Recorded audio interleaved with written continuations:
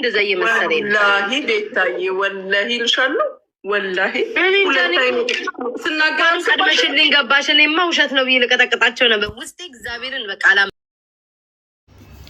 ሰላማችሁ ይብዛ ውድ ዩቱብ ተከታታዮቼ፣ እንዴት ናችሁ? ሰላም ናችሁ ወይ? ያለው እግዚአብሔር ይመስገን በጣም ሰላም ነኝ። ሰላማችሁ በጥፍ የበዛና የተረፈ ይሁን። እንግዲህ ከእለት እለት የምንሰማው ነገር በጣም ከባድ ነው። እየሆነ ያለውም ነገር ምን አይነት ዘመን ላይ ነን? ምን አይነት ነገር ነው እንድንል የሚያስብለን ነን። እንግዲህ ሀሳብ ከሰሞኑን በጣም እየተዟዟረ ይገኛል። እኔም ደግሞ አንድ ሚዲያ እንደሚጠቀም ሰው እንደ የራሴን ሀሳብና የራሴን አስተያየት ላስቀምጥ ብዬ ነው። እና እንግዲህ እዚህ ጋር እንደምትሰሙት ሙኒት፣ ሳራ ዱባይ ላይ የምትኖሩ በተለይ በጣም ታውቋቸዋላችሁ ብዙዎቹን። እነሱም ደግሞ በተለይ ዱባይ ላይ ለተቸገሩ ሰዎች ደራሽ ናቸው። ብዙ ነገር ውስጥ ስትገቡ የሚረዷችሁ የሚያግዙ፣ ስደት ላይ ላሉ ወገኖች ደራሽ ተብለው የሚጠሩ እንዲሁም ደግሞ ከኛ እንደውም ነፍስ አወቅ ያደረጉ እዚህ ሀገር ስለ ሕግ የሚያውቁ እንዲሁም ደግሞ ስለመኖር ስለ ሁሉ ነገር ስለሚያውቁ ዓለምን በእጃቸው የጨበጧት ያህል የሚሰማቸው ናቸው። እኔ ደርሶብኝ ሳይሆን ግን ያው ሚዲያን ስለምጠቀም ብዙ ጊዜ ገስ ጠይቀው ወይ የሆነ ነገር ብለው ወይ እነኛ ልጆች ተቸግረው ወይ የሆነ ነገር ችግር ደርሶባቸው ላይክ ሲያስተናግዷቸው ወይም ደግሞ ሲያዩቸው ብዙ ነገር የሚናገረው አሉ። እያየን ማመናጨቅ፣ መስራት እንዲሁም ለምን እኛ ከሀገራችን ስንወጣ ለመስራት ነው። ሁሉም ሰው ደግሞ እዚህ የደረሰው ከመዳም ቅመምነት ተነስቶ ነው። ሁሉም ዛሬ እዚህ ለውጥ ላይ አግብተውም ቢሆን የራሳቸው ነገር ከፍተው የሚሰሩ ማንኛቸውም አልጋ ባልጋ ሆኖላቸው አይደለም ባይዘወይ። ግን ሁሉም ሰው የትላንትን በጣም ነው የሚረሳው። ዛሬ ነው የሚያስቡት፣ ዛሬ ነው የሚኖሩት፣ ወይም ደግሞ ዛሬ ባላቸው ነገር ላይ ነው የሚመኩት። ከዛ ከነሱ በታች ያሉትን ልጆች ጫና ማሳደር ልማዳቸው ነው። እሱ ብቻ አይደለም እንግዲህ ሙኒትን በጣም ነው የምወዳት በግል ማለት ነው ስላችሁ እርዳታዋ በጣም ነበር የሚመቸኝ። ስደት ላይ ካሉ ሰዎች እንደውም ሚዲያ ላይ ከሚሰሩ ሰው ከሚረዱ ዱባይ ላይ ካሉ ሰዎች በጣም የምትመቸኝ ሴት ነበረች። እና አንድ ጊዜ ብዙ ኢትዮጵያኖች እሷ ያው ታመጣለች፣ ትረዳለች። ያው አትረዳም ማለትም አልችልም፣ ትረዳለች። ግን አልሸሹም፣ ዞር አሉ ነው። ከአንዱ ደሃ ላይ ነቅቶ ለአንድ ደሃ መርዳት ያው ነው ወገኖች። ምክንያቱም እኔን እያስለቀሰች ለሌላ ሰው ብደርስ ምንም ጥቅም የለውም። እንዲሁም ደግሞ በራሷ አንደበት ስለሰማው ነው። ብዙ አስተያየት ስራ ላስገባ ብላኝ ኢቃማ አሰራለሁ ብላ ብር ወስዳብኝ ቀራማ ገብቼ እንዲሁኝ ብዙ አስተያየቶች ያው ትሰማላችሁ። ሀቢባ ጋር ይመጣል ብዙ፣ እሷ ብዙ ቦታ ላይ ትቀርባለች። እና ደግሞ በራሷ ፌ ሰማሁት ዮኒ ማኛ ጋር ቀርባ የብዙ ልጆች ብር አለብኝ ግንስ እየሰራው ከፍላለሁ እንዳለብኝ፣ ግን ራሷ በአንደበቷ የልጆች ብር እንዳለባት ስታምን ነበር። ብዙ ብር አለብኝ፣ ከመኖርም ብዙ ብር አለብኝ። የደሃ አምባ የደሃ ደም እንዴት ሆነን መዳም ቤት እንደምንሰራ እኛ እንኳን እኔ ፐርሰናሊ ጥሩ ቤት ስላለው ክፉ ነገር ላላይ ይችላል። ግን ብዙ ነገር ክፉ የሚያሳልፉ አሉ።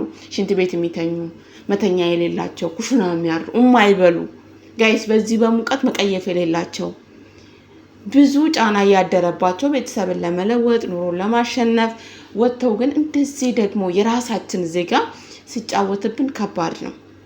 ይሄ እንዳለ ሆኖ ዛሬ እንግዲህ በአዲስ ነገር ተከስታልናለች። እሱም በአዲስ ነገር የመጣችልን እንግዲህ ምንድን ነው እኔ ለመጥራት ሼም ይዘኛል። እና ይሄ ነገር ዝና አይደለም። አንድ ሰው እግዚአብሔር ሲሰጠን ሁሉንም በአግባብ ነው የሰጠን። ማለቴ ያጎደለብን ነገር የለም። ሁሉም በአምሳሉ ሲፈጥር ያነሰብን ነገር የለም። እግዚአብሔር ሙሉ አድርጎ እንደፈጠረን ሙሉ ሆነን ብችን ዓለም ኖረናት ብንሰናበት ምን ችግር አለው? ምንም ችግር የለውም። ወይም ደግሞ ራሳችን ይሄ ነገር አስደስቶን ወይ ገንዘብ ኖሮን የፈለግነውን ራሳችን ላይ ማድረግ ከቻለ ሚዲያ ላይ የሚያይ ሰው ምን ይማራል? ከዚህ ምንም የሚማረው ነገር የለም። ዛሬ ሚዲያ የሚጠቀሙ ብዙ ህፃናቶች አሉ። ከ18 ዓመት በታች ሆኑ ለአቅመ አዳም ያልደረሱ ብዙ ልጆች ይሄ ሚዲያ ተጠቃሚ ናቸው። እነኚህ ደግሞ ትልልቅ የተባሉ ሚዲያን ያውቃሉ፣ ሚዲያ ላይ ይሰራሉ፣ ደሃን ይረዳሉ፣ ወይም ደግሞ ለደሃ ይደርሳሉ፣ ለብዙዎች ምሳሌ ይሆናሉ ብለን የምናስባቸው ብለን የምንጠብቃቸው ሰዎች በዚህ ልክ መውረድ ምን አስፈለገ? ብዙ ሰው ሰርጀሪ ተሰራ ወይ ደግሞ አፍንጫው አንሶበት ነበር። አፍንጫው እንደዚህ ያደረገ፣ ፊቱን አስቀየረ፣ ቅርጹን አሰራ። ላይክ ይሄ የተለመደ ጉዳይ ሆኗል። በነገራችን ላይ በእውነት ብዙ ጊዜ እንግዲህ ሚዲያ ላይ የምታዩዋቸው ሰዎች ከአርቲስቶች እስከ ቲክቶከር እስከ ዩቲዩበር ብዙዎቹ በዚህ ነገር ውስጥ ናቸው የሚባል ወደ ያለ ደሞም ነው እያየንም ነው። ላይክ ገንዘብ ስላላችሁ ሊያደርጉ ይችላሉ። ይሄን ነገር ግን ከፈጣሪ ያጣላል ጋይስ። ምክንያቱም እግዚአብሔር የምንኖርባትን ጊዜ የሰጠን ነገር ሰጥቶናል። ውበት ቢሆን ደም ግባት ቢሆን 10 ጊዜ ሰርጀሪ ብንሰራ ከመሞት አንተርፍም። ምክንያቱም ውበታችንን ልንመልስ እንችላለን። ምናልባት ትልቅ ሰው ሆነን ትንሽ ልንሆን እንችላለን በሰርጀሪ፣ ግን ቀኑ ሲደርስ ሁላችንም እችናለን እንሰናበታለን። የማይሞት ሰው የለም። ግንስ በፈጣሪ ዘንድ የሚያስጠይቀን ነገር ነው። አንተ ተሳስተሃል ወይም ደግሞ በቃ መኖር በቃ ብለህ ስታስረጀኝ እድሜ ስትጨምርልኝ ገና ነበርኩ እኔ እንደማለት ነው። ይሄ በነገራችን ላይ ትልቅ ሰው ስንሆን ወይ 40 ዓመት ወይ 50 ዓመት ስንገባ ሰርጀሪ ተሰርተን ልጆች እንሆናለን፣ ወይም ደግሞ እንደ ልጅነታችን ውበታችን ይሆናል ማለት። አንተ ስታስረጀኝና እድሜ ስትጨምርልኝ እድሜ ስትሰጠኝ አንተ ትክክል አይደለክም። ይሄ ከፈጣሪ መጣራት ነው። በነገራችን ላይ በዚህ አፋችን ብዙ ነገር ሊደርስብን ይችላል። ዛሬ ኢትዮጵያ ውስጥ ብዙ ነገር እየታየ ነው ጋይስ። ብዙ በሰው ሀገር ደግሞ የሚኖሩ ኢትዮጵያኖች ብዙ ነገር እያሳዩ ነው። አገራችን ላይ ግፍ መከራ ብዙ እየበዛ ነው በየሀገሩ ወገኖቼ። ትልልቅ ሰዎች በቁማቸው እየነደዱ፣ እርጉዞች ወዳቸው እየተቀደደ ብዙ መከራ ጋይስ። የሆነ ፈጣሪ አያየንም ወይ እስከምንል ድረስ ያንን ጥዋ ስላልቀመስን ብቻ በዚህ ልክ መሆን የለብንም። ያ ገንዘብ ስላላት ነው እኛ ምን አገባን በራሷ ገላ ልንል እንችላለን። በራሷ ገላና ገንዘብ ስላለባት ከሆነ ደግሞ እሱን ፕራይቬት አድርጋ በራሷ ሙድ መራመድ አለባት። እዚህ ጋር ግን ትውልድን የሚያበላሽ ነገር ማድረግ ኔበር ጥሩ አይደለም ጋይስ። ኔበር ይሄ ምን ለሚዲያ ሰው አሁን ምሳሌ አንድ እንደው ሚዲያ ላይ እንኳን ትልልቅ ለሆን እኛ አረብ ሀገር ለምንሰራ ሴቶች ራሱ ምን ያስተምረናል? እስቲ ምን እንማራለን? አረ በጌታ በእውነት ያሳፍራል። የሆነ ትልቅ ሰው እንደ ትልቅ ሰው ሲሆን እንዴት ደስ ይላል። ወይም ደግሞ የተከበራችሁበት ቦታ ያ የሚያከብራችሁ ሰው እንዲያቀላችሁ ክብራችሁ እንዲቀል ማድረግ ምን አስፈለገ? አስፈላጊ ነው? አደባባይ ላይ ወጥቼ እኔ ኮንቲኔን እንዴት ተደርጋለሁ እንዴት ተሰርቻለሁ ወይ ደግሞ እንዲሆኛለሁ ይሄ አረ በኢየሱስ ስም ከባድ ነው ጋይስ። እኔ እንጃ የሆነ ሁሉም ሰው የተለያየ አስተሳሰብ የሚደግፋት አለ። ባይዘው ብዙ ሰው ሲደግፋት አይቻለሁ። እንደሷ ይሆኑ እንደሷ በዛ ነገር ውስጥ የተሰሩ በዛ ነገር ውስጥ የሆኑ በዛ ሙድ ውስጥ የሚራመዱ ሰዎች ዋው ጎበዝ ነሽ አፕሪሺየት አደርጋለሁ በቃ ብዙ ነገሮች ላይክ። ይሄ ግን የሚደገፍ ነገር አይደለም። ይሄ በጣም አጸያፊ ነገር ነው ጋይስ። ምን ይደገፋል?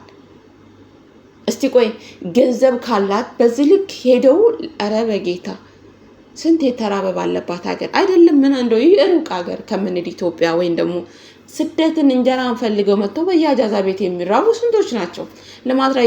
ለማለት የዛሬ ዓመት ምን ነው በራብ አይደል እንዴ እዛው 2 ልጆች ሞተው የተገኙት ወንዶች በራብ። እንግዲህ ሁሉ ነገር አለባት በመተባል ሁሉ ነገር በሞላባት ሀገር ላይ በራብ ግን ደርቀው ተገኝተዋል። እነሱ ራሳቸው ናቸው ቪዲዮ ቀርጸው የፖስቱት እነ ሙኒት ራሳቸው ለምን በራብ እንደሞቱ። ዛሬ ስንት ሰው በዚች ሀገር ውስጥ እንኳን ቁጭ ብሎ እንደሚቸገር እግዚአብሔር ይወቀው። ለነኛ መድረስ ይችሉ ባላቸው ነገር ለነሱ መድረስ ይችሉ 6000 ድርሃም እሷ እነዚህ ላረገችው ዛሬ 6000 ድርሃም ለአንድ ደሃ ሰታስራብታ ጀምርበት የት ነበረ? ኦኬ ገንዘቧን እሱ የደሃ ብር ለኋላ ያለውን አትመልስም ነበረ መመለስ ጋይስ። እሷ ላይ ያለውን ብር የሚጠብቁ ስንት ልጆች አሉ። ይሄን ኢቃማ ያልተሰራላቸው መስራት እየፈለጉ ኢቃማ የማጣት አጃዛ ቤት የሚሰቃዩ አጃዛ ቤት ዋጋ የሚከፍሉ ፖሊስ መጣብኝ አልመጣብኝ ብለው የሚደበቁ እሷ በያዘችው ገንዘብ ያለባትን ገንዘብ ሰርቼ ከፍላለሁ ቀስ ብዬ የብዙ ልጆች ብር አለብኝ ያንን ከፍላለሁ ብላ ነበር። ያንን ሳትከፍል ዛሬ እዚህ ላይ ማደግ እንግዲህ ትናንትና ነው ያለፈው የፍቅረኞች ቀን አይደል? ይሄን ነገር ማሰራት ምን አስሄደ? እንደው መጀመሪያ ሲወራ እንኳን እኔ አላመንኩ። ምናልባት ያው አንዳንድ ጊዜ ሰውን ለመሳብ ቫይራል ለማግኘት ያው የኛ ሰው ለዚህ ነገር ስለሚሞት ብዙ ነገር ስለሚያደርግ ለዛ ነው ያወሩ ያሉት ብዬ ነበር ሰሳማ የነበረው። ግን አይደለም እንግዲህ እስከመማል አይደለም እንዴት እንደሚሰሩ እንዴት እንደሚሆን እንዴት እንደሆነ ማብራሪያ ይሰጥ ነበር በቪዲዮ ወጣ። ይሄ ተገቢ አይደለም። በእውነት ምን አይነት ዘመን ላይ ነው የደረስነው? ማለት ምን አይነት ጊዜ ነው እንዴ? የሆነ እናት የሆነ ሰው እናትነትን አይሰማውም።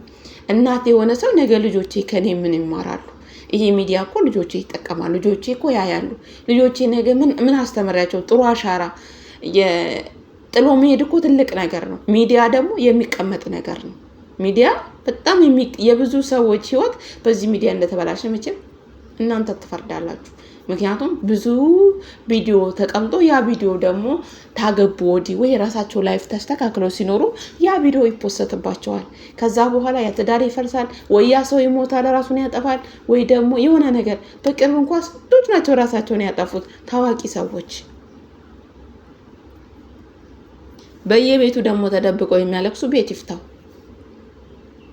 ቁጥር ስፍር የላቸውም። በምን በዚህ ሚዲያ ዛሬ የምንናገራትን ነገር የዛሬ 20 ዓመት 30 ዓመት ልጆቻችን ያዩታል፣ ይቀመጣል። የሚጠፋ ነገር አይደለም። አንድ ነገር ላይ ደግሞ መልካም አሻራ አሳልፎ ማረፍ ትልቅ ነገር ነው። ይሄ ደግሞ ለልጅ የሚደርስ ለዛው ዘመኑ በተበላሸበት ግፍ በበዛበት ጋይስ በጣም ይሄ ዘመን የሚያስፈራ ዘመን ነው። መተዛዘን የሌለበት፣ መከባበር የሌለበት፣ ሁሉም ግፍንና አመፅን የሚወድበት፣ የራሱን ፍቃድ የሚያደርግበት፣ በእውነት በራሳችን ፍቃድ ብቻ። አሁን የሰው ልጅ በራሱ ፍቃድ ባይመራና በራሳችን ፍቃድ ማደር ባንጀምር ፈጣሪ እንዳለ ብናስብ ይሄን አናደርግም። እኔ እውነቴን ነው የምለው። ፈጣሪ እንዳለ የሚያስቡ ሰዎች በዚህ ልክ እግዚአብሔርን ይዳፈራሉ ብዬ አላስብም። ምክንያቱም እግዚአብሔር እንዳለ የሚያምን ሰው በዚህ ልክ ይዳፈራል የሚል ሀሳብ ስላሌለኝ አይኖርም። እስቲ ሙስሊምን ቢሆን ቁርአንን በሚያውቀው ልክ ቢሄድ በዚህ ልክ አይሄድ። ክርስቲያንም ቢሆን እንደዛው መጽሐፍ ቅዱስ የሚለውን የሚያውቅ ሰው ወይ ደግሞ እግዚአብሔር ያየኛል ብሎ የሚያስብ ሰው በዚህ ልክ በራሱ ላይ አይሳተፍም። ይሄ እኮ የራሳችንን ፍቃድ ማድረግ እኮ ነው። በራሳችን ፍቃድ ደግሞ ተጉዘን የት ለመድረስ ጋይስ? እስቲ ቆይ ምን ለማግኘት ማለት እኔ እንጃ። ይሁን ለመግለጽ ራሱ እኮ ግራ ነው የሚገባችሁ። ምን እያስተማሩ ነው? ምን እየሆነ ነው? የሆነ ምን አሁን እስቲ ከዚህ ነገር እኔ እንጃ ብቻ አላውቅም። እንዴት ለመናገር ራሱ የሆነ እንትን ይላል። ግንስ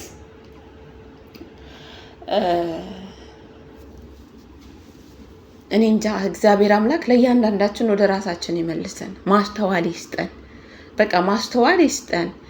የምናደርገውን ነገር እንወቅ። የምናደርገው የቱ ነገር አጸያፊ ነው፣ የቱ ነገር አስነዋሪ ነው፣ ምንድነው ይሄ ነገር የሚያስከትለው? ወይ ደግሞ ምንድነው? ነገ እኮ መታመም አለ። ዛሬ የሚኖረን ሀብት፣ ንብረት፣ ውበት፣ ደም ግባት ሁሉ ነገር ረጋፊ ነው። ምንም ነገር አድርጉ ጋይስ፣ ምንም ነገር አድርጉ ነው የምላችሁ።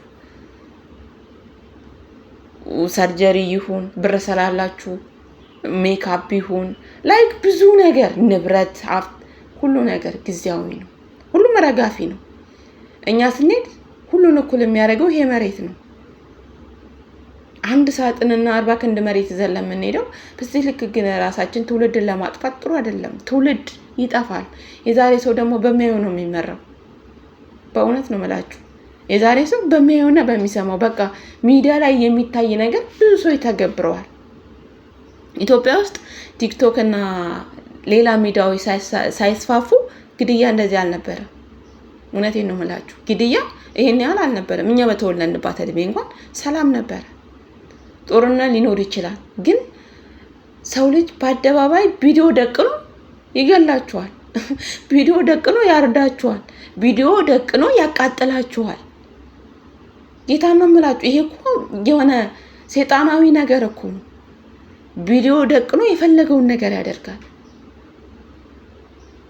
በውጭ ሀገር የምናየውን ፊልም በውጭ ሀገር ወይም ደግሞ የምናየው ነገር ዛሬ ኢትዮጵያ ላይ ሁሉ ነገር እየተካሄደ ነው። በምንኖርበት ቦታ ብዙ ነገራቸውን ሰርጀሪ ይሰራሉ። አፍንጫቸውን፣ መቀመጫቸውን ላይ ብዙ ነገሮች ያረጋሉ። ዛሬ ደግሞ ኢትዮጵያ ላይ ምትሄዱ ይሄ ነገር እየተደረገ ነው። በቃ ይሄንኑ ነገር ሲያስቀጥሉ ታያላችሁ።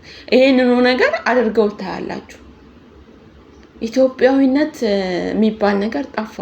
ኢትዮጵያዊነት ግን ይሄ አይደለም። ኢትዮጵያዊነት ይሄ እኛን የሚመጥነን ነገር አይደለም ጋይስ። እኛን የሚመጥነን ፈጣሪያችንን ስንፈራ ነው። ኢትዮጵያ የፈጣሪ ሀገር ናት። እውነት ፈጣሪን መፍራት በጣም ያስፈልገናል። ምን ኑሮ አናኗርን መቀደስ ያስፈልገናል። መለየት ያስፈልገናል ጋይስ።